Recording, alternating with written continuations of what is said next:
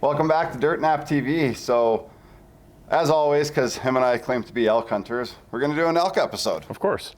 It's such a frustrating place to hunt where we hunt elk. You know, there's herds anywhere from 50 to 400. Yeah.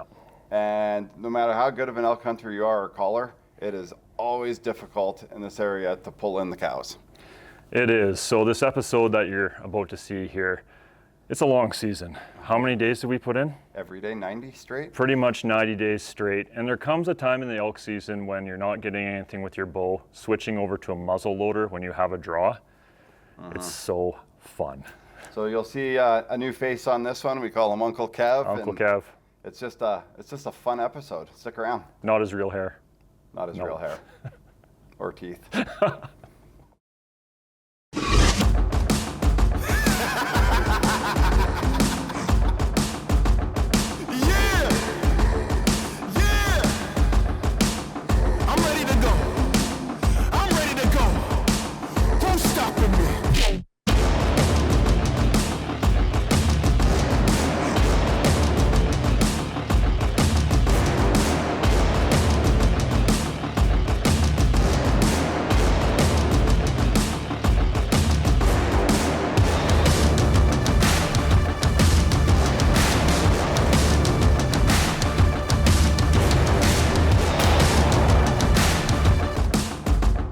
Dirt Nap TV is brought to you by Scree Canada, extreme hunting gear.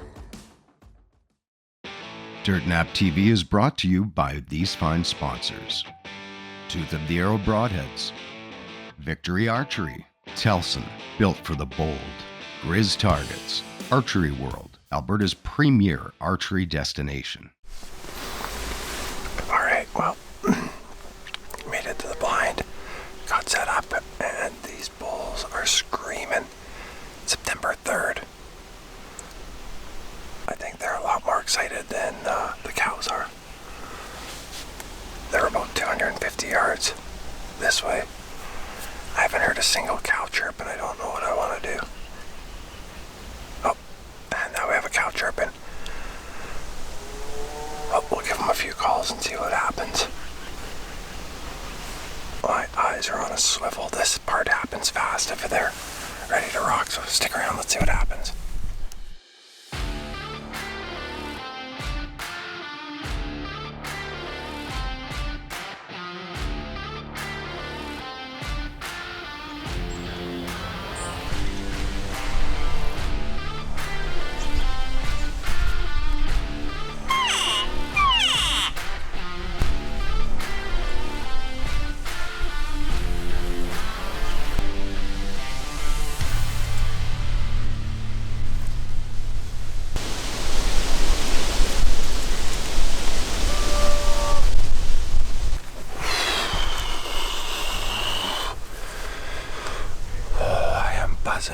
So that big bull came in, and I took a crack at him. I don't know, I think I clean missed him. He was right at the tips of where I'm comfortable, so I took the shot. But I think I ranged him off and I sailed his back. And I was sitting just holding my head after the camera clicked off. I don't know what it did. And I'm holding my head and I'm tried to get the camera on, and I turn around. 10 yards right here staring at me as a black bear. We don't have a ton here, but these black bears have been wreaking havoc. He comes up 10 yards right there, staring at me. And smack him. He runs and dies under Dan's stand, I think. I'm buzzing right now. Absolutely buzzing. Like, feels like it's minus 30 outside. I'm shaking so bad. So one of the most frustrating parts of filming is when you accidentally forget to hit record.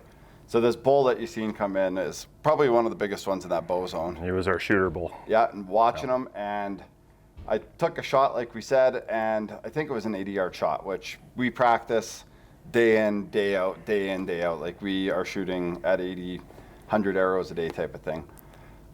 I shoot one of those Garmin sights. I was shaking because he was huge. He wasn't 80, he was like 65, but I ranged over his back to the grass. So not only did I miss him, I missed the shot, and then right after I shot, there's the bear. I didn't care about a camera at that point when there was a bear kind of licking his lips looking at you at 10 yards. You shoot him, but we missed a few key points there, but what do you do? All right, well, Dan says he's seen it, heard the death moan on that bear, and it went down. So I'm just running up a hill here to meet with him and Tony, see what we can do. So hang tight. All right, so yeah, I was just right over here, and Dan was sitting in that tree you can probably see in the background. So Dan saw it go down over here, and yeah, so like you probably saw it on the video, I had the shot on that big elk, turn around, and 10 yards away. Not planning on shooting a bear tonight, but that's the bastard that ate my blind. Actually, 2 of them. Ripped the whole side of the blind out. Chewed the seats in there. Paw marked everything. So, we're doing The rebuild phase. Yep, you can see we're doing here. See, the white rope is our bush sewing, and I said I was gonna get them, so let's go check them out.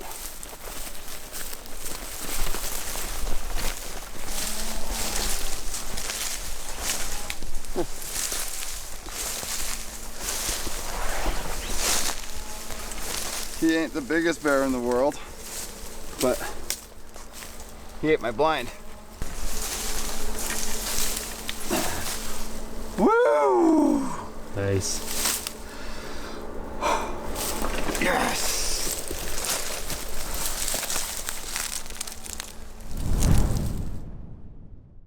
This segment is brought to you by Telson, built for the bold. So I got to be perfectly honest with everybody. At Dirt Nap TV here, we show our successes, we show our failures, and we show our screw-ups. So I want to share with you guys a little screw-up I had on the weekend. So we were on our way to go hunting with some sponsors from Archery World. Got to Adam's house super early. It was a half an hour drive from my place. Went into the shop here, started talking about the hunt and the day's plans ahead. And I started loading my truck because I keep my stuff here. It's just easier that way. And I was loading my truck up, and I put my camera and my tripod with my microphone on the tonneau cover of my truck. And then, you know, seeing a squirrel in my mind, I had to run back into the shop and grab something else. So as you can imagine, quickly got into my truck with my hunting partner for the day, Matt from Archery World, and I drove off.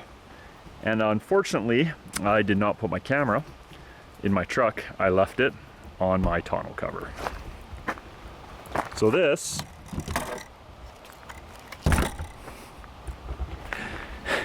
is what's left of my camera. So stupid, costly mistake, drove off, it fell off my tonneau cover, smashed into about 1,000 pieces. Well, you saw it. My tripod, my microphone.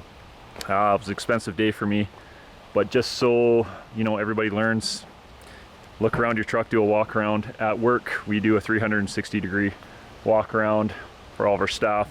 Make sure, check underneath, that there's nothing underneath that you could run over, you didn't leave any gear out. Did I do that for hunting?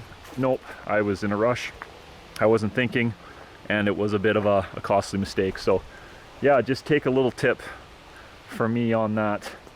Don't have an expensive morning like I had. So anyways, do a walk around your truck before you head out.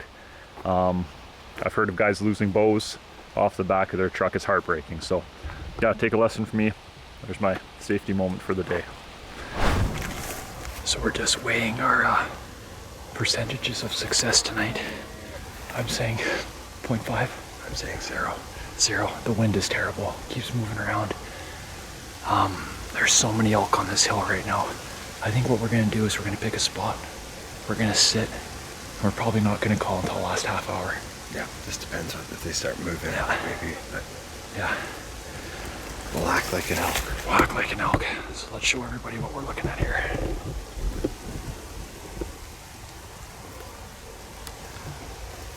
Yeah, we'll get this figured out. Elks. Elk. Elky. What's the plural for elks? Elks is.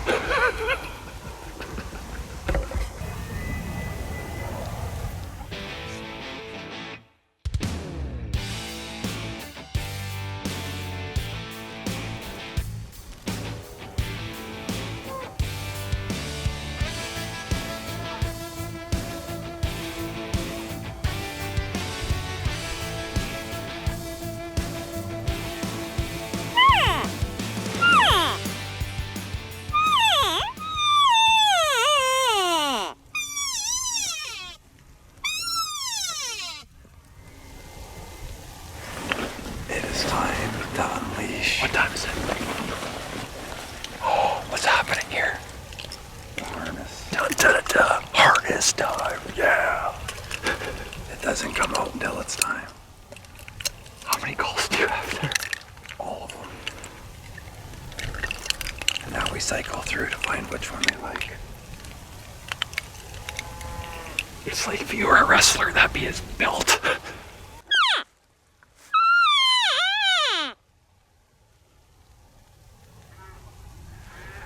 Oh, there's literally like... On that earth, there's about 10 looking at us right now.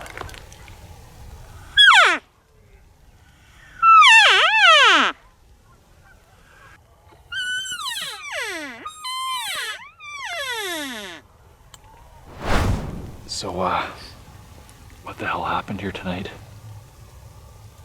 Wind is bad. We're smart. Really.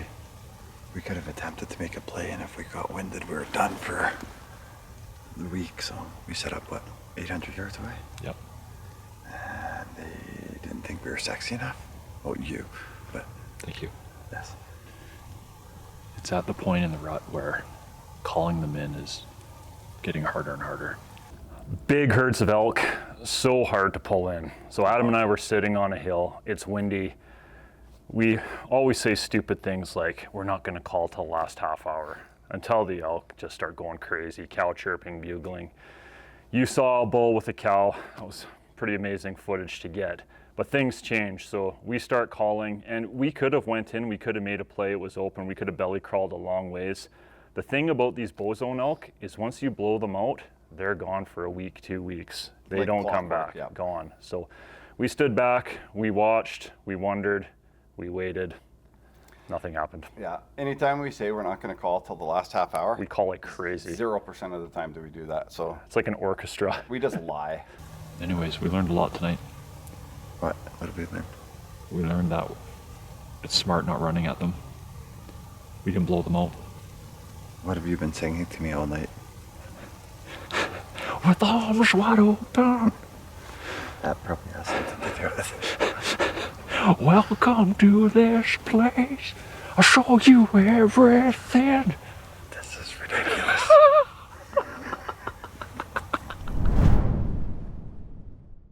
This segment is brought to you by PSE Archery, precision shooting equipment.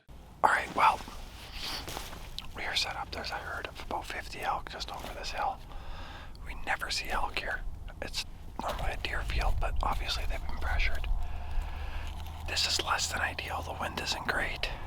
It doesn't feel right, but we're gonna try. Worst part of this all, I'm wearing scree, just not scree camo. I have my pants, but forgot my jacket at home. A little bit ridiculous, but we're gonna see what happens. It's 50-50 on this. If they come, life is good. If they don't, try again tomorrow.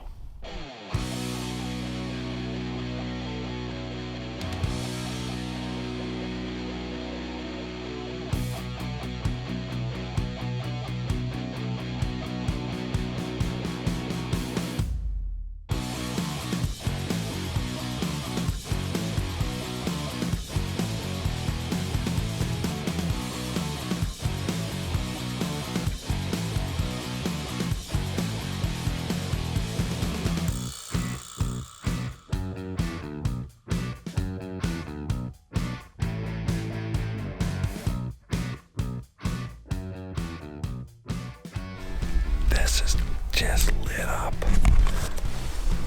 There's cows and bulls everywhere right now, so we're in a good spot, but holy moly, like, problem is they keep going one direction, that we don't have anyone set up. We have an hour and a half of flight left. I don't know if we should move.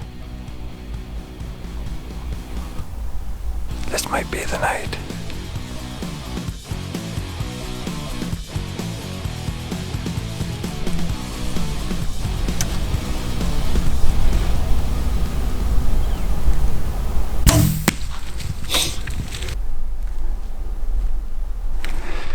Yes.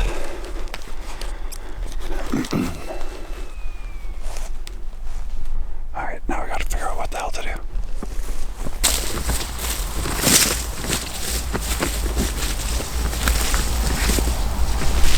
Well, there we go. When these calves come out, you can't refuse. We get 3 tags in this bow zone, then draw for 2 more. So 5 tags. I am more than happy with taking a calf on them because these are delicious. So we got a lot of work to do and a long drag back to the truck, and that's full of grizzly bears. So we're gonna get our butts in gear and get out of here. This segment is brought to you by Tacticam, cellular trail cameras. All right, well, we just watched the guy make a play on some elk and missed, so Kevin the house. Uncle Kevin. So this is a character. This guy is real. What you see is what you get. He's been hunting the bow zone for years and years. We used to see him 120 years. 120, if not more. Yeah. We used to see him driving around. We pull up, talk to him, friendly guy, and then all of a sudden we just started chumming around with the guy. Big time deer hunter. He loves the big boys, the jumbos as he calls them. But this guy just hit it off with him. He's funny. He's just unique. He's a character. Crazy, and he's got stories. Oh, talk the paint off a barn. Oh yeah, talk the ear off a horse. So we are gonna go around and watch from another point and see if we can see what they're doing. But if the guy does what we think he's gonna do, he's gonna push them right into the property that we hunt. And if he doesn't, then we're gonna go home and have breakfast. Alrighty, well, this morning was a bust. The guy with the dog ran them off, and we ended up following them. Well, we picked up on them, what, about 3 miles away? Yep.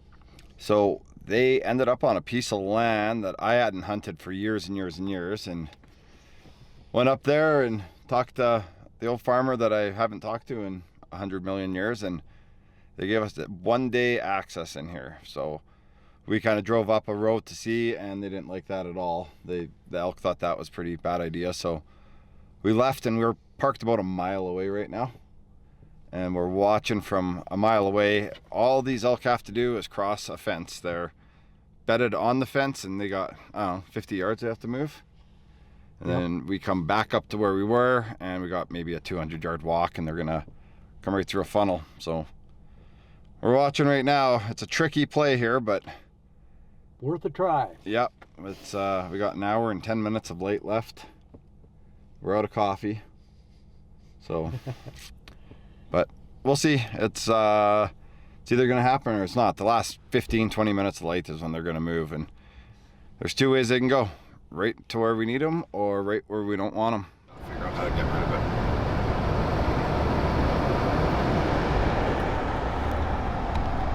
So you saw that, right? Minus 32 in the truck this morning. We're almost at legal light. Adam and I are driving around. She cold. She cold. We're looking for elk. Adam's got 1 more tag on his primitive here in the bow zone. So if we can make a safe play on an elk and not freeze ourselves, you always gotta be conscious of that. It's probably minus 40 something. In Fahrenheit, that's minus death. 40. Minus 40. That's where they match. That's where they match, yeah. So for our US viewers, that's how cold it is. So we're gonna have a tour, have a look around. Uncle Kevin is in another truck. So it could be fun, it could be very cold. We could have a Kevsicle. So we piece of land that we didn't ever think in a million years we'd get permission to hunt on, and Kevin went up and talked and gave us permission.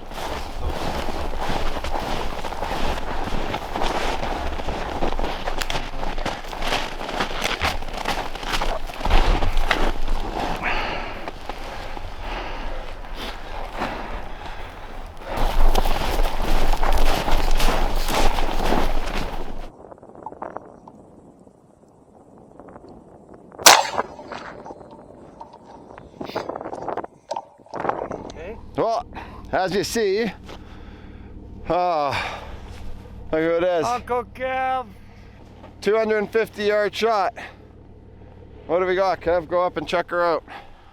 Well, that was a great experience, Adam. I've never shot a muzzle loader before, and shot pellet guns and stuff when I was a kid, but always loved my bow hunting, and Adam talked me into it. And here it is. It was a one-shot deal, and I'm really happy. It's nice to see an animal go down on the spot. So minus 32 that one day we're out, and no joke, it was minus 40 some days. It was insane. One thing, it's important to have warm gear. The Scree Guardian series, the bib, the jacket, the gloves, oh my goodness, just so warm. Uncle Kev was freezing. Guess what Uncle Kev purchased this summer? Scree. Guardian gear, you bet. Kept us warm. We wouldn't be hunting without it. You know, at minus 40, Kev was freezing, and he has like no fat. He weighs about 40 pounds. I gave him my gloves to stay warm at least. And with that gear, I was still sweating in my hands because my core was so warm. So if you need some warm winter gear at a reasonable price, give Scree a holler and you won't be disappointed. Worth every penny. If you enjoyed this week's episode or any of our other ones, be sure to check us out on our Facebook, our Instagram, our YouTube. We got a TikTok account. I think we're on X. And then check us out on the Wild TV app. You know, they have all of our episodes and every other episode that Wild TV has ever put on in their 30-some years of, 25 years, whatever it is. Many years. They're many years of business. And we'll see you right here next week on Dirt Nap TV. Dirt Nap TV is brought to you by these fine sponsors: Battery Boss, Tacticam, Clutch Outdoors, PSE Archery, Precision Driven.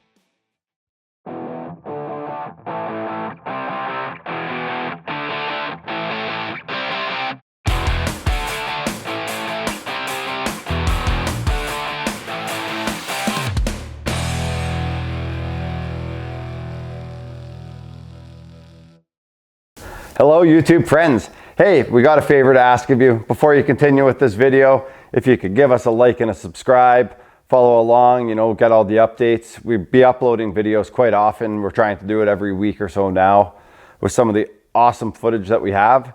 Helps us grow, helps us get our following up, and you know what? We're doing this for you guys, and we'd really appreciate the support. This is what helps us grow, and you guys are the ones that can help us get there. So if you could smash that subscribe and like button, we'd appreciate it. Thanks.